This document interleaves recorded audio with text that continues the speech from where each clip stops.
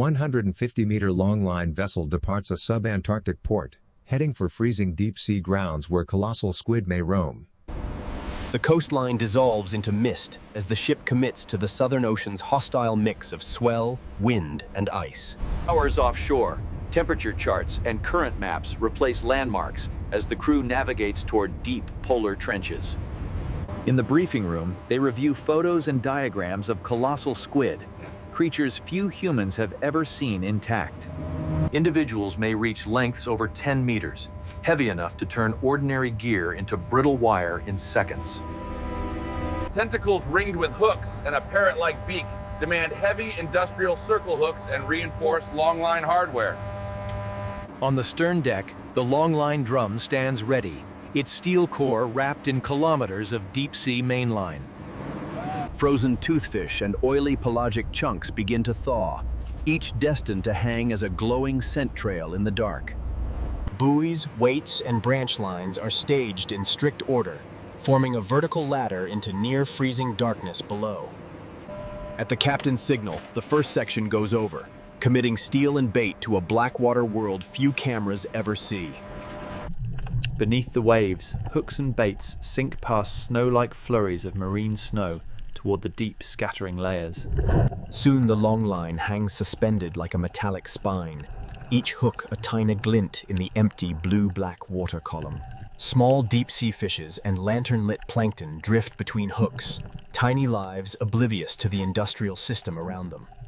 Above, the vessel creeps along a chain of dim buoys. Its deck lights the only warmth in an endless polar night. Far below, something vast momentarily eclipses a row of baits, a brief shadow too big to be anything ordinary. The shape returns, staying outside the hook curtain, tentacles tasting the current without committing to any single bait. On deck, the watch turnover is routine. Hot coffee, tired jokes. No hint yet of the contact building far below. Deeper still, the Longline vibrates subtly as currents and unseen bodies brush past its hanging architecture of hooks. Then it materializes, massive mantle, coiling arms, and huge eyes, dwarfing the hooks meant to hold it. It rotates slowly, arms drifting like curtains as it examines the glowing scent trail from several baits at once. Smaller fish and crustaceans dart through its shadow, ignoring a predator evolved to patrol far deeper than they ever will. Above, the ship crawls along the buoy line, crew eyes flicking between GPS, weather, and the featureless dark horizon. Near the surface, ghost-pale arms brush drifting ice fragments, hinting at size impossible to reconcile with familiar squid. Down below, the giant withdraws, then returns, mapping the three-dimensional geometry of line, hooks, and current. One bait hangs near the tentacle cluster's reach, a small pocket of scent in a vast, otherwise empty column of water. On deck, watchkeepers log weather and ice reports, unaware that their quarry is centimeters from industrial steel. A few meters down, the squid hovers, arms spread wide like a net, deciding which direction equals the least effort. In a sudden lunge, feeding arms snap forward, drawing bait and hook toward a beak built to bite whales. For a heartbeat, bait, beak, and hook occupy the same space, a tiny triangle where this entire expedition will pivot. At the surface, a single buoy gives a strange, jerking dance, too sharp to belong to swell or wind. Below, the circle hook rotates perfectly into the beak's edge, anchoring deep in the squid's mouth as arms convulse. Instantly, the creature detonates in motion, arms knotting around the line as jets of water hurl it through the dark. Tension gauges on deck leap from idle to critical, snapping the crew from routine exhaustion into full alert. Outside, several buoys lurch together, yanked into a tight cluster by a single, unseen mass in the abyss below. The order cuts through the cold air. Gear up, lock in. This could be the one encounter that defines their careers. Far below, the hook giant wraps more arms around the line, trying to turn the gear itself into a weapon. Each jet of water sends shock waves up the cable, a pulse of pressure that humans feel only as vibration and numbers. At the surface, one buoy vanishes completely, sucked under in a smooth, eerie disappearance, unlike any passing wave. The hauler clamps down, turning hull, drum, and steel into a single system, wrestling an invisible mass in the dark. Deep below, the squid tries to dive, but rising line angle forces its mantle slowly, relentlessly upward. On deck, every footstep is deliberate. One slip on ice-slick steel could end worse than any broken hook. The Longline slices through the black water, leaving only a faint trail of disturbed marine snow in its wake. At the surface, a patch of ocean churns without waves, as if something is stirring just beneath the ice-flecked skin. The captain trims speed, feeling for that thin line between exhausting the animal and snapping gear in an instant. Below, the squid spirals upward, arms spread, fighting both pressure change and a line it can neither cut nor escape. On deck, the call goes out, coming shallow, triggering a final tightening of harnesses and focus. The hull heaves with the sea, every rise and fall adding its own rhythm to the invisible struggle below. Just beneath the chop, pale arms erupt around the buoy line, thrashing so violently that ice and water spray into the air. The crew roars, then instantly quiets, turning shock back into disciplined movements along the slick steel. At the surface, heavy arms wrap the line and buoy, a living knot resisting every centimeter of upward progress. The hauler slows, letting the animal burn energy in bursts instead of risking a single catastrophic snap of gear. Just off the stern, a massive eye suddenly rolls into view beneath the surface, staring sideways at the ship towering above. For a moment, scale becomes real. Steel, ice, and flesh sharing a tiny patch of ocean thousands of meters from land. The squid now drags the bow slightly offline, proving that even here, steel is not automatically in charge. Deep again, it makes one last attempt to jet downward, mantle pulsing as if to drill straight back into darkness. It fails. The next time it rises, arms flail weakly, sending only low fountains of spray and slush beside the hull. Harnesses are checked again, and loose equipment disappears. And the next phase brings the creature dangerously close to steel. Foam and ice track tightening circles astern as exhaustion turns wild. Straight line runs into smaller, predictable loops. Inch by inch, the hauler wins line back, turning chaotic power into controlled, mechanical advantage. One last burst throws heavy arms across the surface, a final wild flare of movement before sheer fatigue takes over.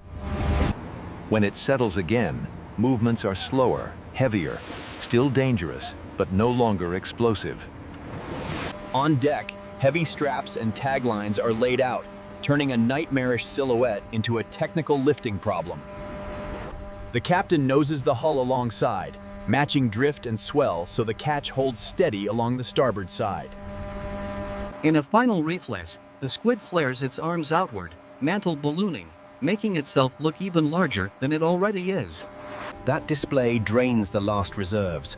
When its arms relax again, the creature simply drifts, carried by line and swell. A lead deckhand clips in and leans out, studying distance, depth, and timing like a mathematician before a critical move.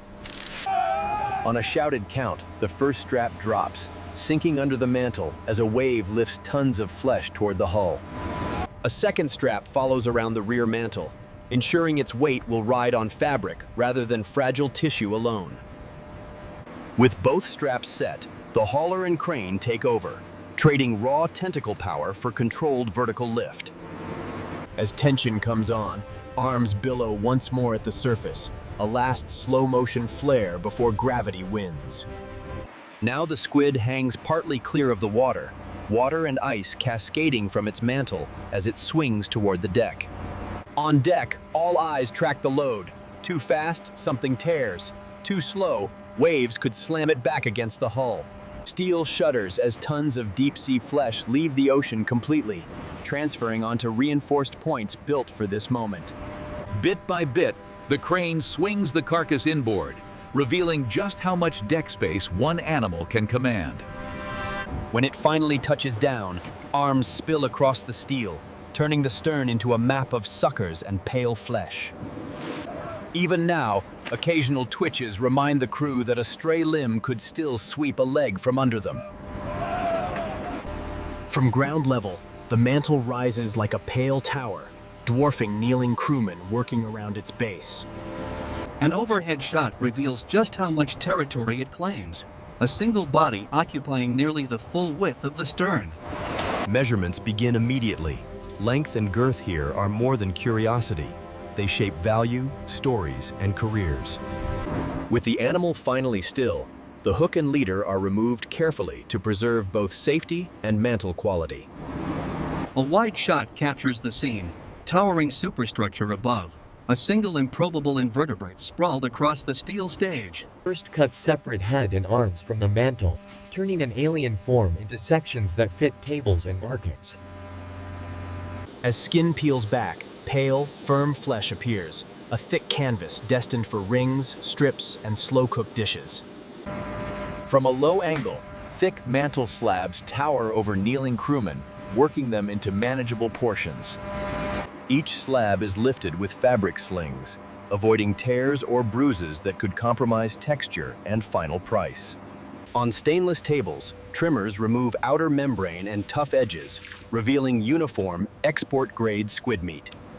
From above, rows neatly arranged strips and blocks form a pattern, geometry cut from something once almost mythical. Arms and trimmings are sorted for secondary products. Almost nothing from this rare catch is allowed to go unused. Ice pours into insulated totes, burying wrapped squid portions under a carefully controlled layer of cold. A deck-wide hero shot shows totes lined in formation, silent containers holding a story few fleets can claim. Labels record time, position, and handling notes, data that will follow every box far from this patch of polar sea. My pressure hoses strip away the last traces of the fight, leaving steel, ice, and memory behind. One final hero shot frames the closed totes against the rail, the animal itself now existing only as chilled inventory. Below deck, cold room doors swing open, revealing the steel vault that will guard this fragile value homeward. Pallets are stacked with care, leaving airflow gaps that keep temperature even around every giant squid portion. Above, the cleaned and secured deck hints at nothing, the battlefield reset for whatever the next set may bring. In the logbook, the catch is entered with coordinates, depth, and gear notes, a data point almost without precedent. Engine settings change as the bow turns toward land, trading ice, wind, and unknowns for the certainty of harbor lights. Outside, wind eases and the sea flattens slightly, as if the Southern Ocean has decided the test is over, for now. In the refrigerated hold, sensors confirm stable temperatures, ensuring the quality survives every mile back to port. Processing spaces are scrubbed and sterilized, resetting stainless steel for whatever species the next trip may target. With gear stowed and hatches sealed, the vessel becomes less a battlefield and more a moving refrigerated warehouse. Night finds the bow cutting toward harbor, carrying protein and proof gathered far beyond the edge of ordinary charts. Watch your footing. Line secure on the forward cleat. Roger that, coming alongside. Massive dockside cranes roll into position, ready to shift chilled value from ship's hold to shore-based logistics. Cold room doors open again, this time to the outside world, as pallets of squid begin their journey onto the dock. Each pallet is scanned and checked against digital manifests, ensuring every box lands where the logs say it should.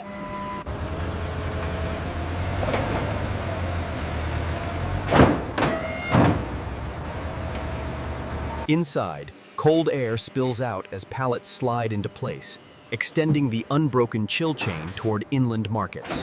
The convoy departs the docks, swapping gulls and salt air for highways, distribution hubs, and distant restaurant districts. At a specialized facility, squid shipments arrive under strict time and temperature controls. The mantle is firm and the color is consistent. Scent is clean, assigning an A grade. Top-grade portions are vacuum-packed and labeled for export, each code tracing back to that single deep-sea encounter.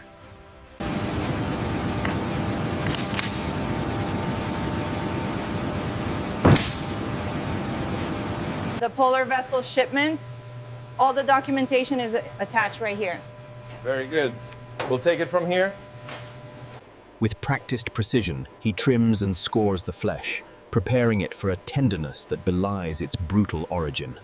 Rings, strips, and slow-braised portions fall in a steady rhythm, each destined for sauces, smoke, or citrus.